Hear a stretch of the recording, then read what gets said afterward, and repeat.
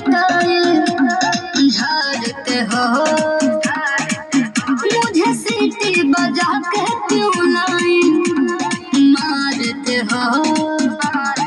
तो कोई और है मेरा पर पहुँच नोखा दो।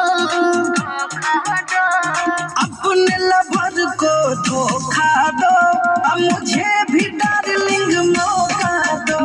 आय अपने लवर को धोखा दो, मुझे भी डार्लिंग मौका दो।